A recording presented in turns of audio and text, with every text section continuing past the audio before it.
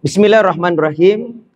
Assalamualaikum warahmatullahi wabarakatuh. Alhamdulillahirabbil alamin wa bihi nasta'in ala umurid dunya waddin. Asyhadu an la ilaha illallah wahdahu la syarikalah wa asyhadu anna Muhammadan abduhu wa rasuluh. Amma ba'd. Bapak-bapak, ibu-ibu, hadirin jamaah pengajian rahimakumullah. Kembali kita memuji dan bersyukur kepada Allah Subhanahu wa taala, di mana di siang hari ini alhamdulillah kita semuanya masih diberikan nikmat oleh Allah, baik berupa kesehatan, kekuatan serta kesempatan untuk kita dapat bersama-sama hadir di masjid kita ini dalam rangka untuk mengikuti kegiatan pengajian yang mudah-mudahanlah kebersamaan kita ini dapat bernilai pahala di sisi Allah Subhanahu wa taala, serta kita semuanya bisa mendapatkan manfaat yang banyak dari pertemuan kita ini. Apatah lagi dihadiri oleh petinggi-petinggi sekolah kita. Ada Pak Direktur ya, Pak Wakil Direktur ya. Alhamdulillah bisa membersamai. Kemudian ada guru-guru senior kita di sini dan guru-guru junior juga banyak ya. Alhamdulillah. Dan saya mohon maaf karena berada di depan bapak-bapak, ibu-ibu sekalian yang kapasitas ilmunya jauh lebih hebat daripada saya.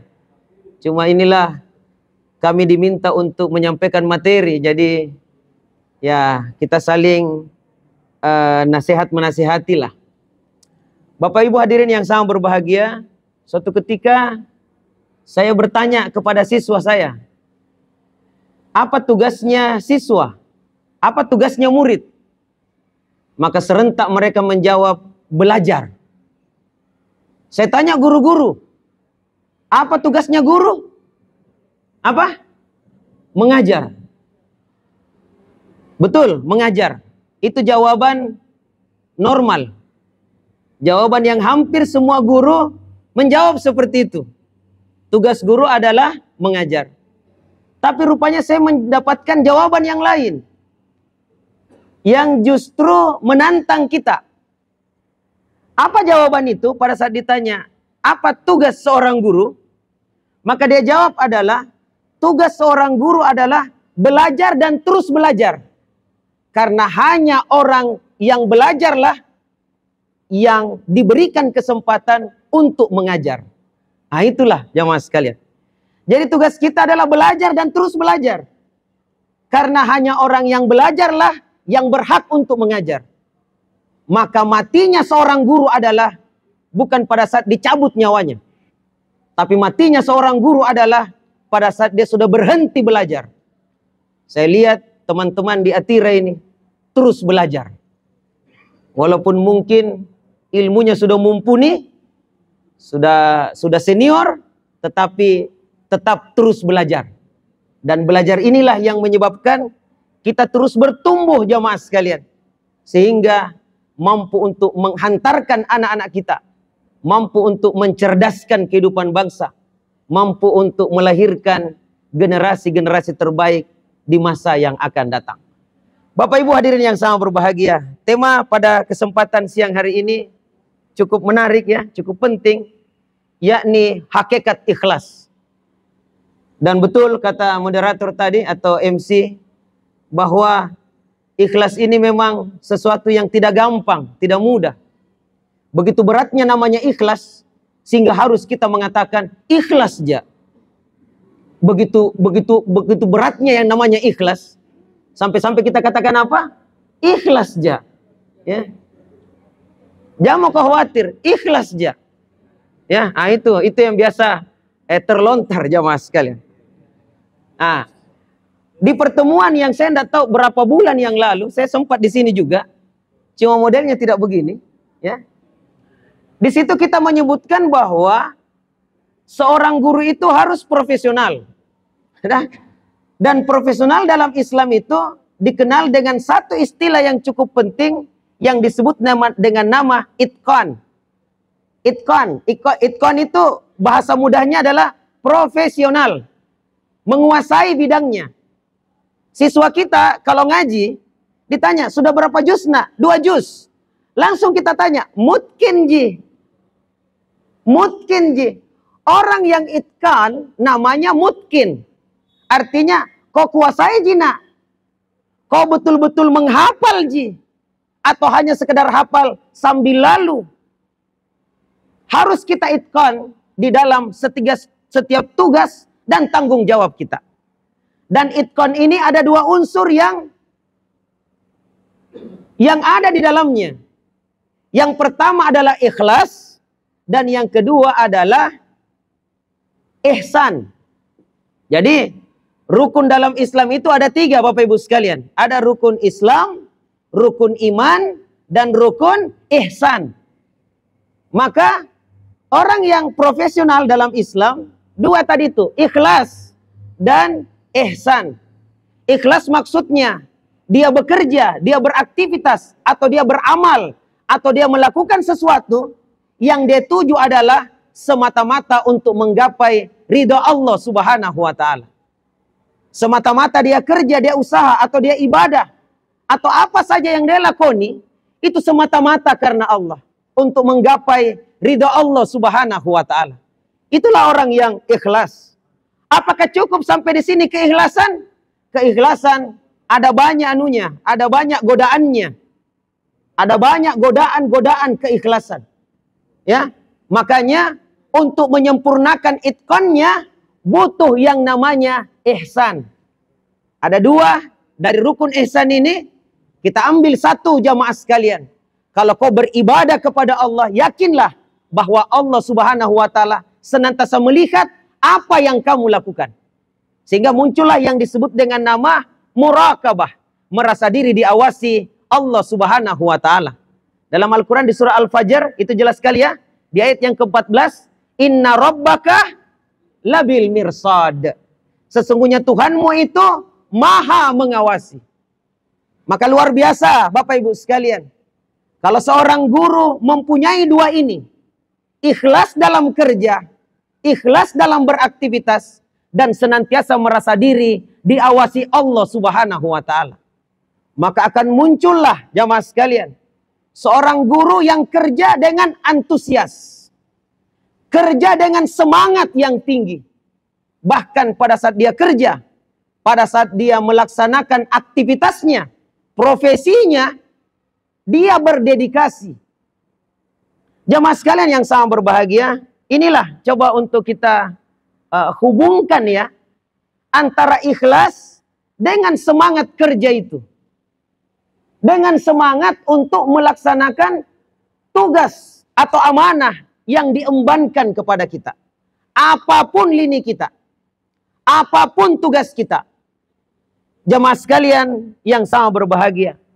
Dan kalau semangat ini ada, maka insya Allah seseorang itu akan melakukan aktivitas pekerjaannya itu tanpa berpikir keuntungan,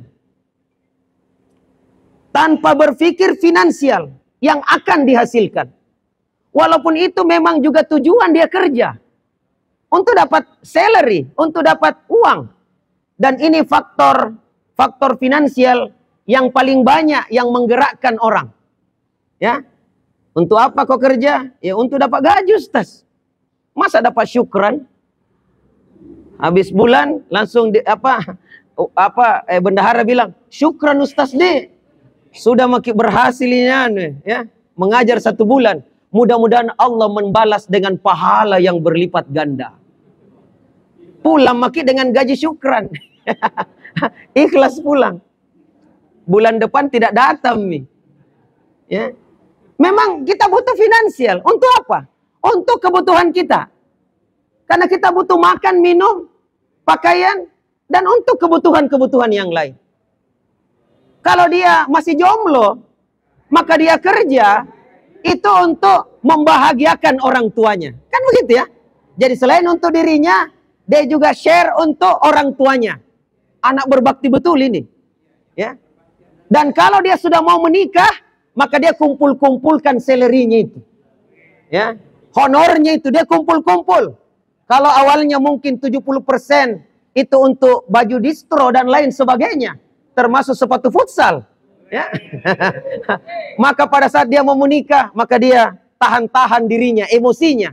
80% di save, 20% untuk kebutuhan sehari-hari. Teman bilang, ayo makan coto. Dia bilang, maaf teman, 80% save dulu. Kenapa bisa? Mau kau menikah. Ya, harganya ini memang uang paneknya ini perempuan Makassar mahal jamaah sekalian. Ya, mahal, bukan ya. Dan kalau dia sudah menikah, maka dia kerja untuk apa? Untuk memenuhi kebutuhan keluarganya. Ya, itu semuanya jamaah sekalian. Bukan untuk menikah lagi ya. Memenuhi kebutuhan keluarganya. Masa baru menikah lagi? Dan jangan ibu-ibu jangan khawatir. Kalau ada bapak-bapak suka bicara tentang nikah, tidak jadi itu. Mereka yang suka cerita tentang poligami hanya berkutat di tiga tempat. Ya, teorina, narasina, caritana. Saya tambah satu, tena butina. Yang masalah yang diam-diam jamaah sekalian. Dan survei membuktikan memang begitu. Yang diam-diam, bahaya. Jadi kalau masih cerita aja bapak-bapak, jangan makin khawatir. Dia termasuk golongan isti, ya. Suami takut istri jamaah sekalian. Nah, saya lanjutkan. Jadi, mereka kerja semata-mata karena Allah. Bukan untuk mendapatkan keuntungan duniawi. Itulah orang yang ikhlas. Itulah orang yang ikhlas. Jadi tujuannya adalah ridha Allah Subhanahu wa taala, pahala di sisi Allah. Adapun kalau dia mendapatkan upah, gaji dari apa yang dia usahakan, dia anggap itu bonus saja di dunia. Adapun intinya adalah nanti di akhirat kelak. Jadi dia bukan kerja asal-asalan. Dia kerja dengan sepenuh hati. Bukan tujuan utamanya untuk mendapatkan gaji, bukan. Tetapi tujuannya adalah semata-mata untuk mendapatkan pahala di sisi Allah Subhanahu wa taala. Sehingga disebutlah innamal a'malu bin niat. Amal itu tergantung daripada niatnya. Orang yang kerja seperti ini, orang yang ikhlas seperti ini, terkadang kita lihat dia kerja kayak tidak masuk di akal. Dia kerja sampai lembur.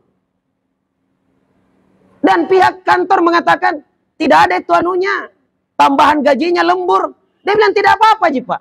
Karena saya bukan kerja untuk itu. Saya ingin menyelesaikan pekerjaan saya. Saya ingin menyelesaikan apa yang ditugaskan kepada saya. Maka dia kerja luar biasa, kuatnya, kerasnya. Ini jamaah sekalian. Dan hebatnya orang-orang seperti ini, karena dia kerja ikhlas semata-mata karena Allah, maka dia kerja seakan-akan tidak bekerja. Karena dia jadikan ini adalah merupakan bahagian daripada kehidupannya. Dia kerja seakan-akan tidak bekerja. Dan dia tidak jadikan ini sebagai beban.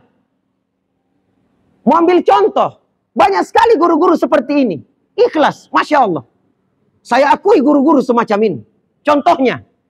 Itu kalau malam hari, dia berdoa. Ya Allah, cepatkan pagi ya Allah. Saya ingin berjumpa dengan siswa saya. Saya ingin wah itu luar itu. Tapi guru yang tidak ikhlas gampang Ji. Ada juga doanya. Ya Allah, panjangkan malam ini ya Allah.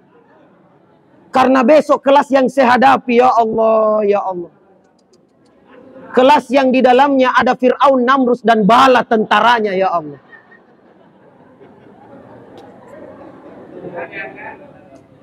Guru yang ikhlas tidak ada jadi atira ya. Saya rasakan itu. Ada dulu Pak jurusan IPA IPS. Kalau kita diminta untuk mengajar jurusan IPA atau IPS, rata-rata pilih IPA.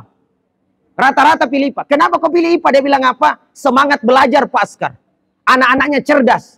Kenapa tidak IPS? Itu yang masalah Pak Askar. Ya. Tapi tidak di sini, di sana, di tempat yang lain. Askar. Ada juga cirinya. Ada juga cirinya orang yang ikhlas ini, jamaah sekalian yang sama berbahagia. Pada saat dia mengajar, Dia jadikan siswanya justru yang paling bodoh sekalipun, paling nakal sekalipun, dia akan semakin melayani dengan baik. Karena ini kesempatannya untuk mendapatkan pahala yang sangat besar. Makanya ciri guru-guru macam begini hebat. Dia selalu tanya kepala sekolah, mana ke kelas yang paling nakal, Pak? Paling bodoh, paling tidak mau masuk guru di dalam. Dia bilang, ada Jide, sini mau kok.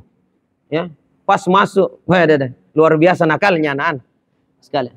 Dan pada saat dia hadapi anak-anak semacam itu, dia bilang apa? Inilah tantangan untuk saya. Inilah tantangan. Maka dia akan berusaha untuk bagaimana anak-anak yang tidak tahu ini menjadi tahu. Anak-anak yang kurang akhlak ini menjadi berakhlak. Anak-anak yang tidak taat ibadah menjadi taat ibadah. Dan disitulah kebahagiaan spiritual yang dia rasakan. Pada saat anak-anak yang dia bina ini mampu menjadi generasi-generasi yang baik. Saya kadang bilang jamaah sekalian, guru itu tidak ada itu anak-anak bodoh. Yang ada adalah seorang murid, ya, tidak ada itu murid yang bodoh. Yang ada adalah seorang murid yang belum menemukan seorang guru yang mampu melejitkan potensi daripada murid itu. Makanya pertemukanlah anak-anak kita, murid-murid kita dengan guru-guru yang dapat melejitkan potensi daripada anak-anak. Karena ada juga guru datang jamaah sekalian, hanya sekedar gugur kewajiban. Setelah ngajar dia bilang, peduli setan. Mau ngerti atau tidak terserah. Yang penting habis bulan dapat gaji. Ya, ada banyak begitu. Guru yang lain tidak ada di Atira sini. Ya, yang ada di sini adalah semangat ngajar yang tinggi, semangat berkorban, semangat berjuang, menghantarkan anaknya kepada prestasi yang gemilang dan utama. Nah jamaah sekalian, guru yang punya ikhlas dan ihsan ini, mereka menyenangi pekerjaannya. Mereka menyenangi profesinya. Bahkan dia menikmati profesinya itu. Bukan sebagai beban. Jadi kalau ada yang suka menokok-nokok, moro-moro tiap hari, berhenti kau jadi guru. Karena kerjamu hanya ketemu dengan siswa dan teman-teman guru. Sedikit-sedikit selalu protes. Kenapa ke AC-nya ini? Kenapa ke WC-nya ini? Ya, kenapa kah? Kenapa kah? Kenapa kok? Sekali. Berhenti mah kok. Karena banyak orang yang mau. Ya, nikmati. Siapa suruh kau pilih pekerjaan ini? Nikmati. Ya, sama seperti kalau kita menikah. Nikmati itu istri. Nikmati itu suami. Siapa suruh kau pilih dia? Kalian akan sakinah, mawaddah, warahmah. Senangi pasanganmu. Nikmati bersama dengan dia. Hidup bersama. Kalau perlu, jangan hanya sehidup semati. Tapi sehidup sesurga. Nikmati. Siapa suruh kau pilih dia? Hidupkan pilihan. Sebelum menikah silakan pilih-pilih. Tapi kalau sudah memilih, tanggung konsekuensinya. Berani makan yang pedis, berani kepedisan. Berani makan nangka, berani kena getahnya. Berani melamar anak gadisnya orang, harus juga berani untuk menerima dia apa adanya. Lebih dan kurangnya, mohon dimaafkan. Bahagia Anda. Jadi kalau sudah menikah, tidak boleh lagi ada istilah membanding-bandingkan, memilih-milih, andaikan di. Andaikan apa? Berhenti kau memilih-milih, membanding-bandingkan. Terima dia apa adanya. Ya. Sama juga dengan kita memilih profesi sebagai guru. Banyaknya profesi yang lain. Kenapa kau pilih guru? Konsekuensi menjadi guru apa? Kan gitu. Konsekuensinya adalah nikmatilah pilihan Anda itu. Nah kalau Anda merasa tersiksa dengan profesi Anda, berhenti cepat. Berhenti. Cari profesi yang Anda senangi. Yang Anda nikmati kalau berada di dalamnya. Begitu jamaah sekalian. Nah, di sini saya ingin menyebutkan cara untuk menumbuhkan ini, keikhlasan ini. Cara untuk menumbuhkan, karena ini disebut ini hakikat ya. Kalau kita masih tingkatan syariat, ya, disuruh bahas hakikat. Bulan depan makrifat, mati mija. Makrifat ikhlas ya. Maka apa yang kita perlu untuk lakukan? Yang pertama jamaah sekalian, ini motivasi juga untuk diri saya ini sebagai guru, yang kadang juga terlalai. Apa itu? Kerjakanlah apa yang Anda sukai dan sukailah apa yang Anda kerjakan. Ini formula pertama. Ya. Apa itu? Kerjakanlah apa yang Anda apa? Sukai. Kalau kita kerjakan apa yang kita sukai, pasti kita senangi dan kita nikmati. Tapi tidak selamanya pekerjaan yang kita kerjakan kita senangi. Terkadang apa namanya lagi? Karena belum dapat yang sebenarnya, makanya jadi guru. Mau jadi guru? Iya.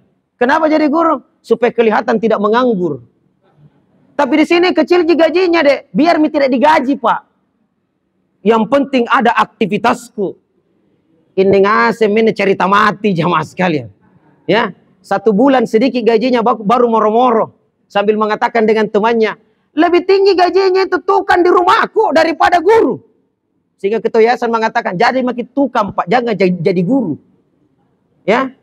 Jadi kalau misalnya kita tidak sukai pekerjaan kita, atau tidak sesuai dengan latar belakang pendidikan kita, karena kita anggap latar belakang pendidikan itulah jaminan rezeki kita, padahal itu adalah merupakan pernyataan yang keliru. Jangan sampai gelar kesarjanaan menutup peluang-peluang rezekinya Allah Subhanahu wa Ta'ala. Tidak selamanya SPD jadi guru. Ada juga SPD temanku jadi pengusaha. Bahkan dia duluan naik haji daripada saya. Jamaah sekalian, pengusaha. Bayangkan kalau ada guru naik haji dengan biayanya, langsung dilaporkan ke berwajib. Diungkap hartanya, LHKPN. Ya, diungkap. Karena ini orang Indonesia memang tidak senang orang kaya jamaah sekalian. Apalagi yang suka flexing-flexing. Ya, kadang dibongkar-bongkar. Nah, Bapak Ibu sekalian, kalau misalnya tidak sesuai, maka paksa dirimu sukai itu. Paksa dirimu. Karena terkadang kalau tidak sesuai dengan apa yang kita inginkan, tetapi kita berada di situ dan pelan-pelan kita belajar untuk menyukainya, suatu ketika apa yang kita tidak sukai justru menjadi bahagian daripada kehidupan kita. Dan kalaupun misalnya tidak sampai selesai tugas kita itu, dan kita berpindah pada tugas yang lain, kita sudah mengabdikan diri kita dengan sebaik-baiknya di tempat di mana kita mengabdi di tempat tersebut. Makanya paksa diri kita untuk menyukai apa yang menjadi profesi kita sekarang ini. Ini Bapak Ibu hadirin yang sama berbahagia. Kemudian yang berikutnya adalah nikmati dan syukuri pekerjaan kita. Nikmati dan syukuri pekerjaan kita. Kitalah yang memilih pekerjaan ini. Maka bertanggung jawablah untuk menyenangi dan menikmatinya. Kita yang pilih. Sebagai guru, jamaah sekalian. Kemudian yang berikutnya, untuk bisa kita sukses di dalam aktivitas kita, dalam melaksanakan profesi kita, itu bukan hanya sekedar bakat. Bukan hanya sekedar keterampilan jamaah sekalian. Bukan hanya sekedar bakat bawaan. Tetapi juga butuh latihan dan latihan. Maka kalau kita ingin sukses dalam pekerjaan kita, maka teruslah berlatih. Kombinasikanlah jamaah sekalian antara bakat yang Allah Subhanahu wa Ta'ala berikan kepada kita dengan latihan yang berulang-ulang. Terus, jamaah sekalian. Sehingga suatu ketika nanti guru-guru Atira sudah menjadi guru yang sangat profesional. Ya, Bapak Ibu tahu tidak? Salah satu di antara penyebab siswa-siswi kita senang diajar oleh kita gurunya, itu karena gurunya itu menguasai materi pelajarannya. Menguasai. Guru-guru saya dulu waktu SMA, itu yang menginspirasi saya. Enaknya jadi guru, deh. Karena beliau kalau masuk ngajar matematika, fisika, itu tidak bawa buku, Pak. Hanya bawa absen. Dengan kunci motornya. Yang kalau kita tidak tahu jawab, nakatok pakai kunci itu. Dan kalau dia terangkan, luar biasa. Tidak pakai buku. Dan saya coba itu. Guru matematika saya coba. Saya tidak bawa buku. Nak, silakan buka nak. Bab 2 halaman sekian. Bagian kanan atas ya. Ya, dua baris setelah dari atas itu. Kayak Ustadz Adi Hidayat jamaah sekali. Anak-anak bilang, wih jagonya guruku. Bagaimana caranya? Saya tidak jago. 20 tahun ku ajar itu buku. 20 tahun jamaah sekali. Bagaimana caranya? Jadi banyak latihan dan latihan. Suatu ketika kita sudah expert di bidang kita. Teman-teman guru yang tidak bawa buku di kelas itu diakui dengan siswa. Tapi kalau bawa buku, ya sudah ada bukunya. Dia memang tidak suruh anak-anak untuk menulis itu buku. Tapi dia pakai laptopnya, sorot pakai LCD, ya PDF-nya yang dia kasih muncul, baru dia suruh anak-anak tulis kita. Saya bilang ini kurang ajar betul ini guru-guru macam begini. Ya. Jadi kuasai materi Anda jamaah sekalian. Dan itu hanya bisa kita dapatkan lewat latihan dan latihan. Latihan dan latihan. Dan inilah kesempatan kita untuk terus berlatih. Untuk terus membangun kapabilitas kita jamaah sekalian. Sehingga mampu untuk menjadi yang terbaik. Dan ingat, tidak ada orang menjadi profesional itu dengan cara yang instan. Tetapi mereka senantiasa berlatih dan berlatih. Bekerja dan bekerja keras sampai mereka ahli di bidangnya. Jadi kalau guru matematika, ahli di bidang matematika. Guru bahasa Inggris, ahli bahasa Inggris. Guru apa saja, dia ahli di bidangnya. Kalau dia seorang driver, dia ahli sebagai driver. Ya, kalau dia seorang tata usaha, dia ahli di bidangnya. Pokoknya apapun lini kita, jadilah ahli di bidang kita masing-masing. Dan untuk mendapatkan itu, tidak ada jalan lain. Kecuali latihan dan latihan, kerja keras dan kerja keras. Kalau kita sudah dapatkan itu bertahun-tahun, berulang-ulang, maka kita akan nikmati pekerjaan kita. Sesulit apapun, kita katakan apa? Kecil di sini. Setiap orang ketemu kita, orang akan mendapatkan langsung solusinya. Jadi setiap ketemu, wih selesai masalah. Padahal belum diselesaikan. Kenapa? Karena mukanya muka solusi. Ada juga teman, mukanya muka masalah jamaah sekalian. Kita punya masalah, ketemu dengan dia, masalah tak bertambah kali lipat. Jadi, ada kan orang begitu. Kita ada masalah, kita datang karena dia sudah tua begitu ya. Wih, sudah apa lagi namanya? Senior ya, senior. Sesepuh. Sesepuh sebenarnya nama lain tua jamaah sekalian ya. Itu bahasa halus saja. Maka kita datang. Pak, minta maaf ini Pak.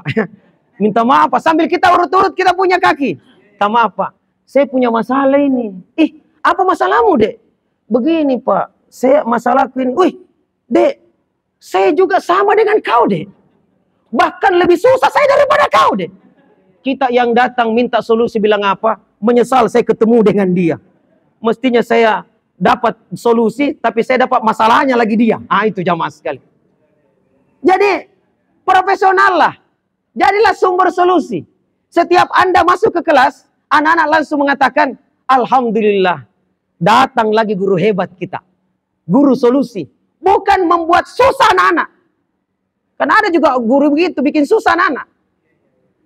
Bahkan belum ketemu gurunya, malam-malam. Dia lihat roster, kiamat besok. Dia cari jalan supaya sakit. Dan kalau dipaksa orang tuanya, bohong-bohong kok. Terpaksa dia datang. Sambil berdoa, sakit lalu guruku.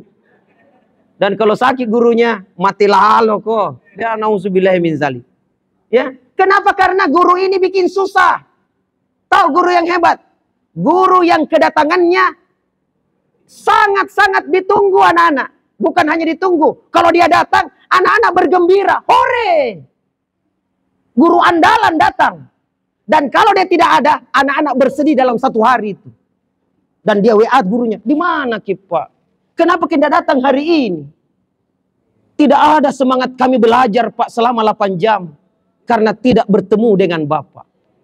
Itu guru hebat itu. Guru bermasalah adalah, kalau dia datang, gelisah anak-anak. Dan kalau dia tidak datang, anak-anak bilang apa? Alhamdulillah. Ya, panggil guru BP. Dia bilang temannya, kau tidak tahu makna kemerdekaan. Inilah yang banyak jadi masalah. Ya, jadilah guru-guru yang disenangi anak-anak. Jadilah guru-guru yang menginspirasi jamaah sekalian. Bagaimana caranya Ustaz? Semua kita ini awalnya dari nol. From zero. Waktu kita mengajar, sehebat-hebatnya Anda hari ini sebagai guru. Expert di bidangnya. Waktu kita mengajar pertama kali, gemetar juga. ya, keringat juga, ya. Bahkan itu guru PPL, waktu kita PPL dulu, karena tidak ada namanya LCD, itu karton kita mainkan, kita tulis baru kita tempel. Hebatnya, itu awal-awalnya. Sampai dengan kita mampu menguasainya. Jadi teman-teman, ya, ketahuilah bahwa tidak ada keberhasilan didapatkan secara instan. Tidak ada profesional kita dapatkan secara instan, harus kita terus usaha dan usaha, jamaah sekalian. Kemudian yang berikutnya, selalu berprinsip saya bisa karena biasa. Jangan berlindung di balik kata-kata saya tidak punya bakat.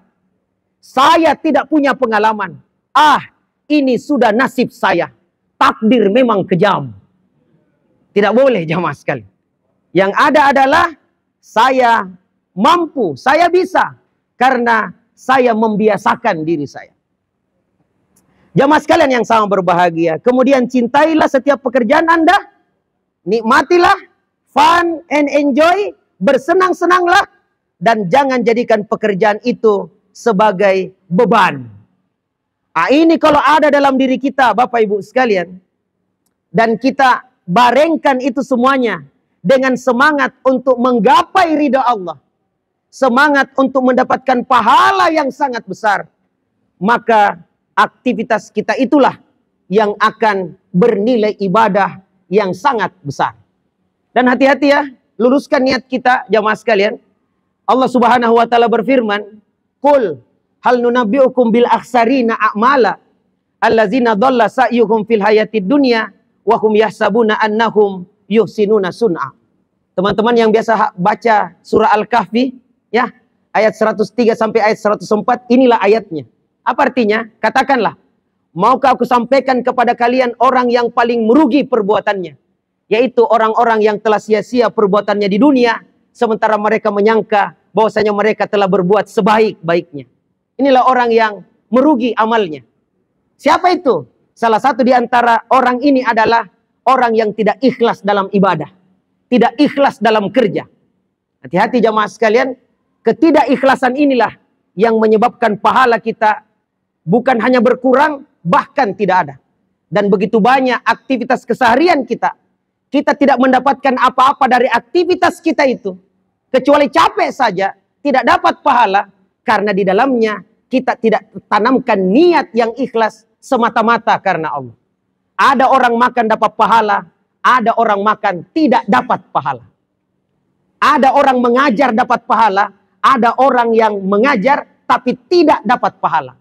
Tergantung daripada niatnya, dan dia ikhlaskan niatnya semata-mata karena Allah.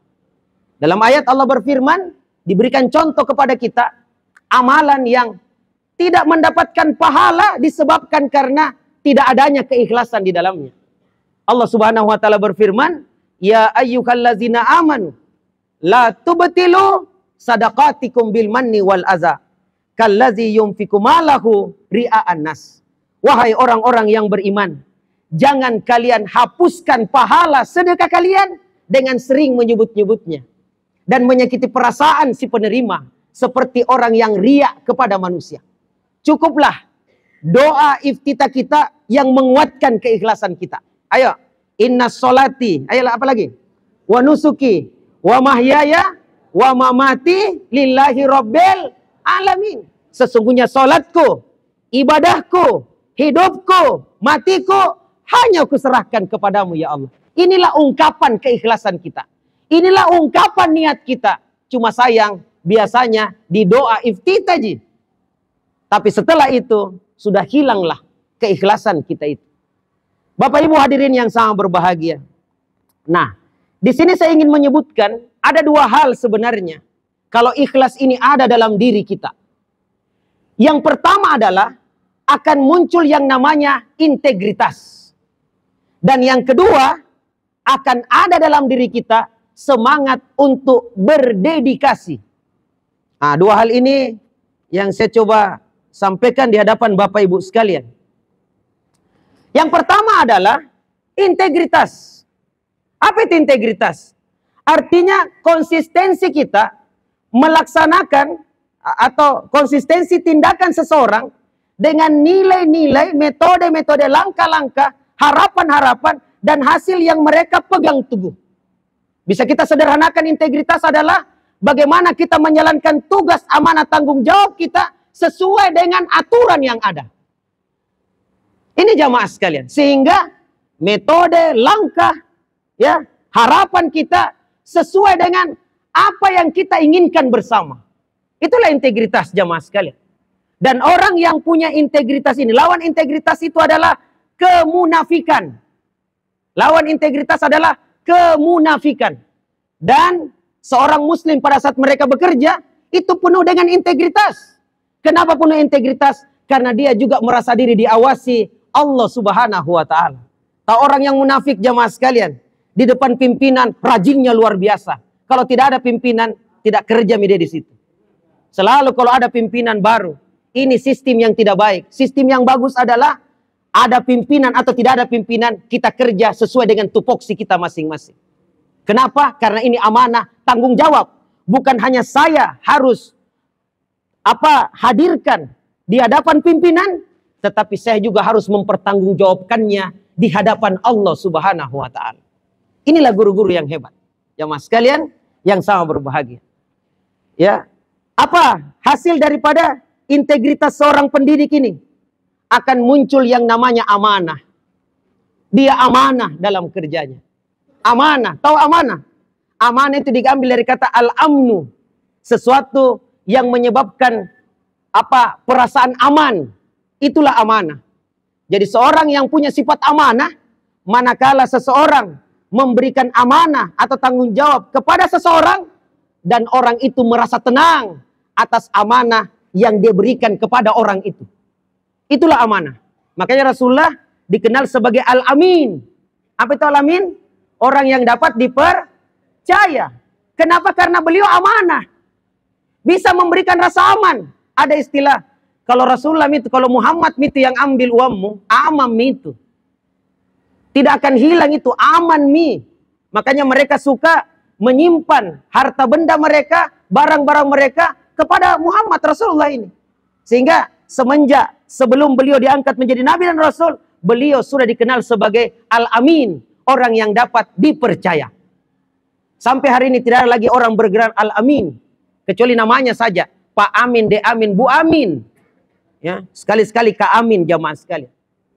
Jadi kalau antum misalnya diberikan tugas, lantas orang yang memberikan tugas merasa tenang, Anda amanah. Siapa gurunya? Pak ini, oh aman itu. Siapa yang bimbing anak-anak untuk olimpiade matematika internasional? Ibu ini, oh aman itu. Kenapa? Dia bilang aman, karena dia tahu track recordnya guru ini. Dia tahu track recordnya ibu ini. Dia amanah melaksanakan tugasnya. Kenapa muncul amanah ini? Itu tadi, karena ikhlas dan merasa diri diawasi Allah subhanahu wa ta'ala. Jamaah sekalian, saya heran juga guru-guru yang nanti lengkap perangkat pembelajarannya, kalau mau datang pengawas baru lengkap. Woi, waktu cepat, mau datang pengawas besok. Akhirnya dia download ya, cilakanya lupa dia rubah nama kabupatennya. Dan pengawas kalau datang lihat itu perangkat pembelajaran, yang paling pertama dia cari apa? Kesalahannya. Dek, di mana ini dek sebenarnya? Kota Makassar, Pak. Kenapa Sidoarjo di sini? Makanya kalau ATM yang bagus, ambil tiru modifikasi.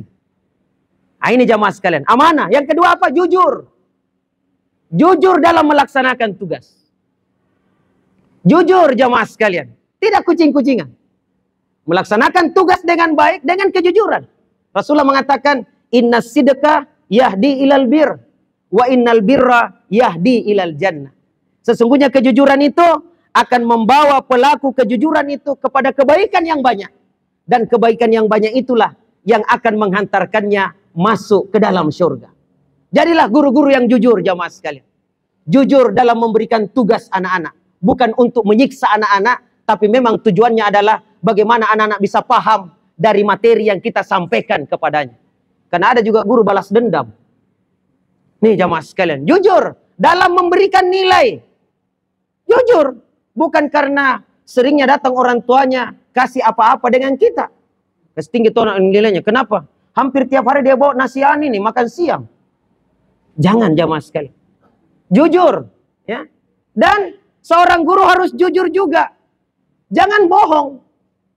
Di antaranya adalah kalau kita kasih tugas, berani kasih tugas, berani periksa.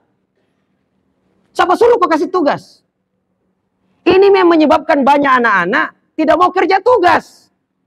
Karena terkadang kita kasih tugas anak-anak, kita tidak periksa. Bahkan kadang ada guru, bukan di sini ya, karena saya banyak ngajar di sekolah swasta yang lain. Ada guru, sampai sudah mati itu siswa, masih ada namanya. Masih ada namanya dan ada nilainya. Makanya guru-guru bidang studi mengatakan, Paskar, mati ini anak. Ada nilainya. Saya bilang, siapa gurunya, Bu? Dia bilang, itu Ibu Anu. Panggil, saya panggil sini. Panggil depan saya. Saya bilang, Bu, kita tahu ini anak mati nih. Innalillahi wa inna ilaihi raji'un. Kapan meninggal Pak Askar? Saya bilang, lama Mi. Kenapa ada nilainya, Bu? Dia bilang, hilap ke Pak Askar. Artinya apa? Inilah guru yang nilainya Dede Kulantu jamaah sekali. Ya? Kenapa anak-anak tidak mau kerja PR-nya, tugasnya? Karena boleh jadi pengalaman masa lalu. Pertemuan pertama kita bilang dengan anak, apalagi kalau pertemuan pertama, wow, takut sekali tuh anak-anak dengan guru. Senakal-nakalnya itu kelas, pertemuan pertama dengan guru baru, anak-anak langsung tenang semuanya. Tapi dia sambil mengawasi, mengamati. Bisakah dimemeni atau tidak ini guru? Kemudian kita bilang, nah ada PR-mu nak ya. Kalau kau tidak kerja, saya hukum kau. Anak-anak kerja mi kesian setengah mati. Tanya mamanya, Ma. Dia bilang, jangan kau tanya mama nak, pusing juga kepalaku nak. Bapak, nenek, satu lingkungan ajar dia. Capek. Besoknya, Pak, periksa mi. Dia bilang, tunggu dulu nak. RPP ini mau dilanjutkan. Ya, terlambat sekali kelasmu nak. Gara-gara kau ini jarang ke anu. Sudah, kita lanjutkan. Akhirnya itu guru lupa periksa. Pekan depan siapa yang tidak kerja PR, saya hukum besok. Anak-anak COVID temannya, cukuplah pekan lalu. Ya, ya, setengah mati kita kerja. Dia tidak periksa. Jangan aku bodoh. Tidak nak periksa lagi itu. Betul besoknya diperiksa. Tidak ada yang kerja. Ini membuat berdiri anak-anak di lapangan. Saya kadang bilang, mestinya bukan siswanya yang dihukum, tapi siapa sih dihukum? Gurunya. Siapa suruh kok kasih tugas. Dan tugas paling enak dikasih guru itu soal esai. Esai. Tahu esai? Cirinya apa? Gampang dibuat. Gampang didikte. Tapi setengah mati diperiksa. Apalagi kalau tulisannya anak-anak kayak rumput yang bergoyang. Melayang-layang anunya. Ya. Nah itu. Inilah yang banyak tidak diperiksa. Kalau dia pilihan ganda, A, B, C, D dengan option ya ada. Ini setengah mati dibikin, tapi gampang diperiksa. Nah ini jamaah sekalian. Jadi jujurlah. Kemudian apa? Disiplin. Jadi orang yang punya sifat ikhlas dan ihsan, dia akan disiplin dalam kerja. Disiplin jamaah sekalian dalam melaksanakan tugasnya. Kalau dia guru, disiplin datang mengajar. Dia masuk ya sebelum jam pelajaran dan dia pun keluar setelah jam pelajarannya selesai memang. Bukan tak baliknya. Dia datang setelah anak-anak masuk dan dia keluar sebelum jam pelajarannya selesai. Yang berikutnya adalah mereka senantiasa menambah terus ilmunya. Kenapa? Karena dia ingin mempersembahkan yang terbaik di hadapan Allah Subhanahu wa taala. Sehingga dia terus mengkaji dan mengkaji, belajar dan belajar untuk memberikan yang terbaik di hadapan Allah Subhanahu wa taala. Kalau semangat ini ada pada diri pada guru jamaah sekalian, inilah hakikat daripada keikhlasan sebenarnya. Kemudian yang berikutnya jamaah sekalian, dia setia kawan dan suka menolong teman-temannya. Setia kawan. Kenapa? Karena dia senantiasa berprinsip keberadaan saya harusnya bisa bermanfaat untuk orang-orang yang ada di sekitar saya. Terakhir jamaah sekalian adalah dedikasi. Ya, dedikasi itu sama dengan semangat rela berkorban. Ada hadis Rasulullah, mudah-mudahan kita hafal semuanya. Hadisnya itu mengatakan begini, khairun nas, apa sambungannya Ustaz? Khairun nas anfa'uhum linnas. sebaik-baik manusia di antara kalian adalah yang bermanfaat untuk orang lain. Saya baca bukunya Anthony Robbins, dari 6 kebutuhan manusia, rupanya kebutuhan yang paling tinggi yang ke-6 adalah berbagi. Selalu ingin bermanfaat untuk orang lain. Ya. Bagaimana maksudnya itu? Bermanfaat, jamaah sekalian. Semangat berdedikasi. Semangat berdedikasi. Jadi kalau guru memiliki dedikasi yang tinggi, maka luar biasa pencapaian yang kita dapatkan di sekolah ini. Apa dedikasi itu? Dedikasi itu adalah merupakan pengertiannya adalah mempersembahkan yang terbaik. Bahkan ada yang menyebutkan pengorbanan tenaga, pikiran, waktu demi keberhasilan suatu usaha atau tujuan yang mulia. Ada juga yang menyebut pengabdian untuk melaksanakan cita-cita yang luhur dan diperlukan adanya suatu keyakinan yang teguh. Pelayanan yang terbaik untuk lingkungannya atau menjunjung tinggi komitmen tanpa mengingkari janji dan tidak akan melukai orang lain. Pencapaian atas prestasi pengabdian, kesetiaan pada lembaga, berjasa pada negara maupun menciptakan karya yang dapat bermanfaat atau cara kreatif untuk memecahkan permasalahan dalam tugasnya dengan penuh tanggung jawab. Itulah orang yang mempunyai dedikasi yang tinggi. Selalu rela berkorban. Selalu, setiap dia keluar dari rumah, selalu dia bertanya pada dirinya, apa yang diri saya ini bisa bermanfaat untuk orang lain. Bermanfaat untuk sekitar. Bukan kebalikannya, apa yang saya bisa ambil di sekitar saya. Ya, apa sinonim dedikasi? Sinonimnya adalah pengabdian, pengorbanan, persembahan, sumbangan, sumbangsi, komitmen, kesetiaan. Itu sinonim daripada dedikasi.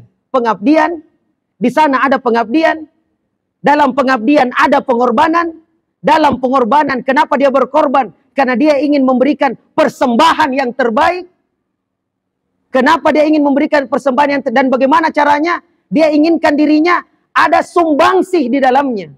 Dan tentunya dia melakukan semuanya itu karena ada komitmen yang tinggi untuk keberhasilan bersama. Serta kesetiaan. Apa indikator dedikasi jamaah sekalian? Ini merupakan pasokan energi yang berlimpah. Kesediaan untuk berkorban. Dan selalu ingin memberikan yang terbaik. Jadi kalau Anda seorang guru, Anda tata usaha, Anda cleaning service, atau apa saja, Anda berdedikasi manakala Anda ingin memberikan yang terbaik terhadap lembaga kita, terhadap yayasan kita, terhadap perguruan kita, jamaah sekalian. Nah, kemudian apa ciri-ciri orang yang berdedikasi? Yang pertama adalah mereka bangga, merasa bangga dan cinta terhadap pekerjaannya. Itu yang pertama. Jadi dia bangga dan cinta terhadap pekerjaannya. Yang kedua, antusias dalam kerja. Antusias dalam kerja. Jadi dia kerja dengan antusias, dengan semangat. Jam kumi lagi, alhamdulillah. Wah, kelas bagus ini yang saya masuk. Semangat dia, antusias. Setiap ada telepon, oh, assalamualaikum, ada yang bisa saya bantu? Semangatnya tinggi. Antusias jamaah sekalian. Antusias. Kemudian yang berikutnya adalah memiliki sikap melayani. Selalu ingin melayani. Apa yang saya bisa bantu? Keberadaannya ingin bermanfaat. Saya ingatkan Bapak Ibu sekalian. Sebenarnya kita lembaga pendidikan ini, tugas utama kita sebenarnya hanya melayani. Melayani siapa? Melayani siswa, melayani orang tua. Kalau yayasan tugasnya melayani para guru. Ya, layani orang dengan baik. Kalau kita layani orang dengan baik, maka keuntungan dari pelayanan itu akan berpulang kepada diri kita.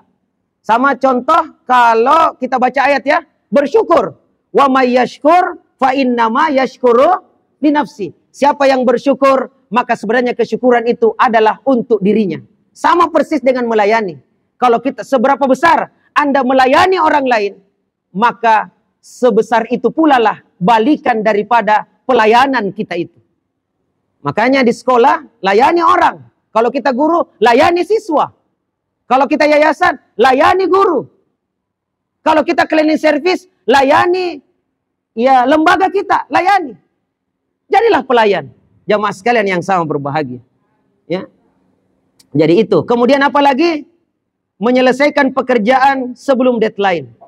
Memiliki komitmen yang tinggi. Berani mengambil resiko. Tidak mudah putus asa dan seterusnya. Bukti jika ada dedikasi. Apa itu? Yang pertama, loyalitas yang tinggi.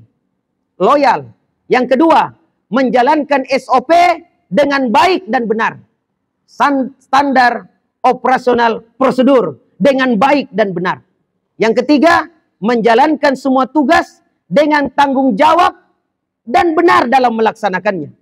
Menjaga performa sesuai kualitas yang diharapkan, mampu memenuhi dan melampaui target yang ada, serta totalitas di dalam kerjanya.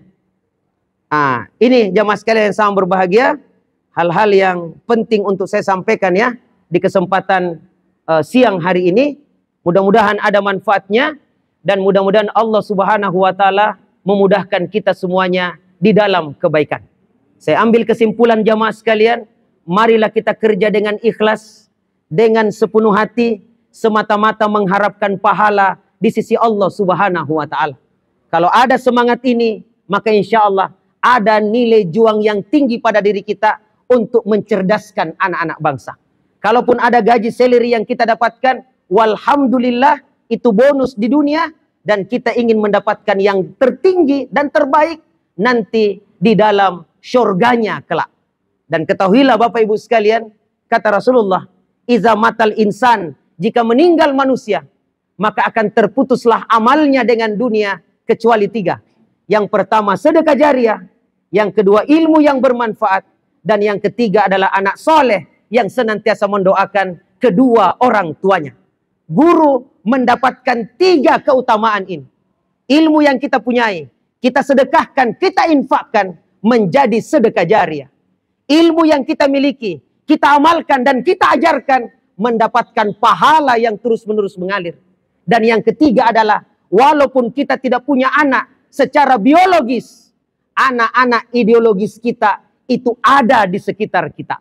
Mereka inilah anak-anak kita yang kita ajari sholat, yang kita ajari ngaji, yang kita ajari ibadah kepada Allah, yang kita ajari ilmu pengetahuan untuk masa depan mereka, yang senantiasa akan mendoakan kita kebaikan disebabkan karena kebaikan yang kita berikan kepada mereka.